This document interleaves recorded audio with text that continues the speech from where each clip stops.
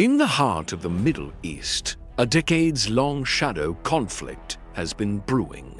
A complex web of rivalries with global implications. This is the story of Iran, Israel, and the United States, a geopolitical triangle that holds the power to reshape our world. To understand the present, we must first look to the past. For decades, under the Shah's rule, Iran and Israel were actually quiet allies. They shared intelligence, engaged in trade, and saw a common enemy in the pan-Arab nationalism sweeping the region. The United States, a key ally to both, fostered this relationship as part of its Cold War strategy to contain Soviet influence. But everything changed in 1979. The Iranian Revolution wasn't just a domestic upheaval. It was a seismic shift in the global order. The pro-Western monarchy was replaced by an Islamic republic, fiercely anti-American and anti-Zionist. The new regime, led by Ayatollah Khomeini, declared the United States the Great Satan and Israel the Little Satan, fundamentally altering the geopolitical landscape.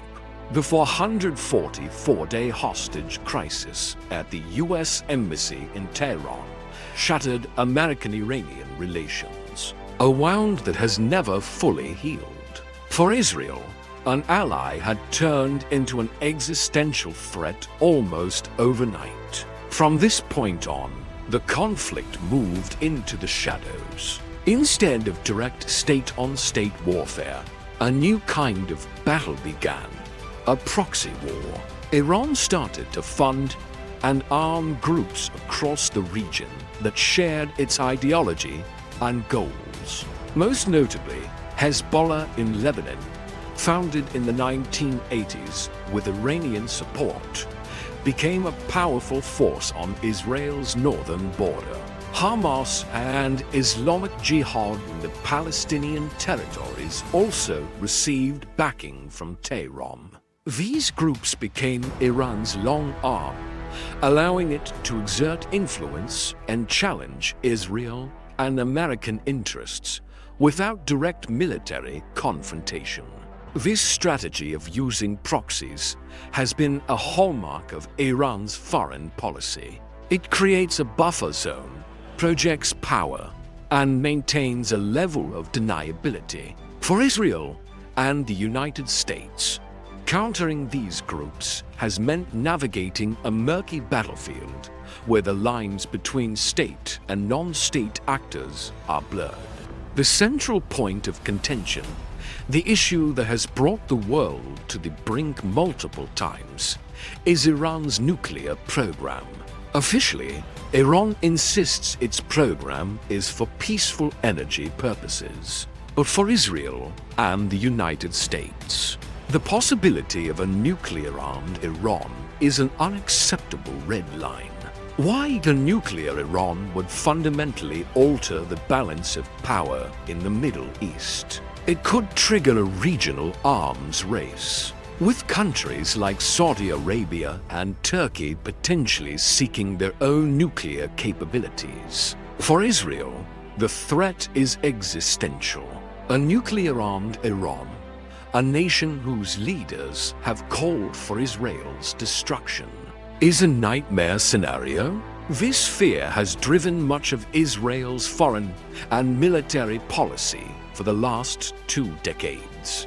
We've seen this play out through sabotage campaigns targeting Iranian nuclear facilities, cyber attacks, like the Stuxnet virus that famously damaged centrifuges, and the targeted assassinations of Iranian nuclear scientists.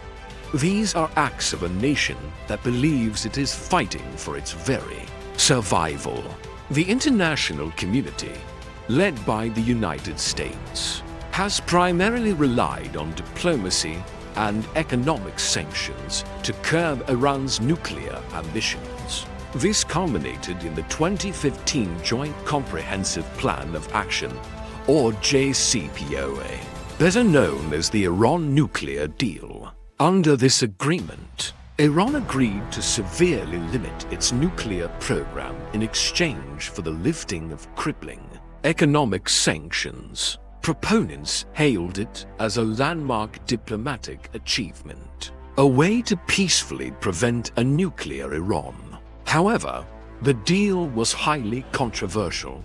Critics, particularly in Israel and among many US policymakers, argued it didn't go far enough. They pointed out that its sunset clauses meant key restrictions would expire over time, eventually paving a path for Iran to develop a bomb. They also argued the deal failed to address Iran's ballistic missile program or its support for proxy groups. In 2018, the United States unilaterally withdrew from the deal and reimposed a maximum pressure campaign of sanctions, aiming to cripple the Iranian economy and force it back to the negotiating table for a better deal. The result was the opposite. Iran, feeling betrayed, began to progressively breach the limits set by the JCPOA, enriching uranium to higher levels and installing more advanced centrifuges. The deal was left on life support, and tensions soared once again. This brings us to the current state of play, a volatile and unpredictable shadow war. This isn't a war fought on traditional battlefields. It's fought in cyberspace, with hackers targeting critical infrastructure. It's fought on the high seas, with mysterious explosions on oil tankers in the Persian Gulf and the Strait of Hormuz, a critical choke point for global oil supply. It's fought with drones and missiles launched by proxy forces in Yemen, Iraq, and Syria, targeting American bases and Israeli assets. And it's fought through covert operations and assassinations on Iranian soil. Each side is constantly testing the other's red lines, engaging in a dangerous dance of escalation and deterrence. A strike by one side is met with a calculated response from the other, always trying to avoid a full-scale, direct war that no one truly wants. The assassination of high-profile Iranian General Qasem Soleimani in a US drone strike in 2020 was a prime example. It was a major escalation that brought the region to the brink of all-out conflict, followed by a retaliatory but limited Iranian missile strike on US bases in Iraq. Both sides pulled back from the edge, but the incident showed just how quickly the situation could spiral out of control. So, what does this mean for the rest of the world? The implications are enormous. First, energy security. The Persian Gulf is the world's most important oil choke point. About a fifth of the world's total oil consumption passes through the narrow Strait of Hormuz. Any military conflict in this region would immediately disrupt this flow, causing oil prices to skyrocket globally. This would trigger a worldwide economic crisis, impacting everything from the price of gas at the pump to the cost of groceries on the shelf. Second, global security and proliferation. A full-blown war could drag in other regional powers like Saudi Arabia and the UAE, and even global powers like Russia and China, who have their own interests and alliances in the region. A wider conflict could destabilize the entire Middle East, creating new waves of refugees and providing fertile ground for extremist groups to thrive. And if Iran were to race for a nuclear weapon in response to an attack, it could kickstart a terrifying nuclear arms race in the world's most volatile region.